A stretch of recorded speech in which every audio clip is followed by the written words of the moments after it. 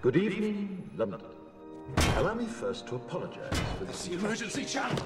I do, like many of you, appreciate the comforts of the everyday routine, the security of the familiar, the tranquility of repetition. Bloody hell. I enjoy them as much as any bloke. But in the spirit of commemoration, Who's that, Mum? whereby those important events of the past, usually associated with someone's death or the end of some awful bloody struggle, are celebrated with a nice holiday, I thought we could mark this November the 5th, a day that is sadly no longer remembered, by taking some time out of our daily lives to sit down and have a little chat. There are, of course, those who do not want us to speak. Let me think, just let me think. I suspect even now, orders are being shouted into telephones, and men with guns will soon be on their way. It's Chancellor Sutler. Damn it! Why?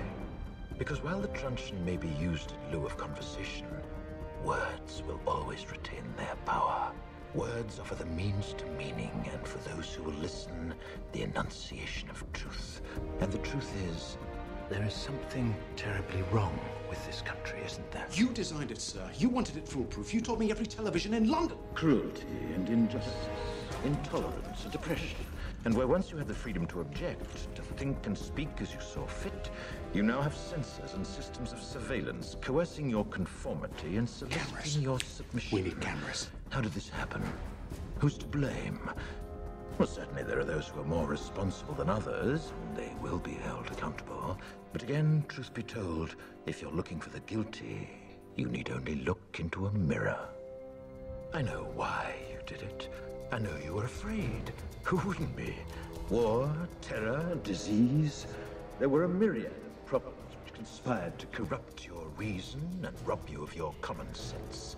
Fear got the best of you, and in your panic you turned to the now High Chancellor Adam Sutler.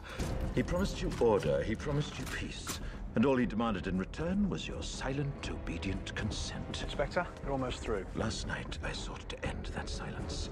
Last night, I destroyed the Old Bailey to remind this country of what it has forgotten.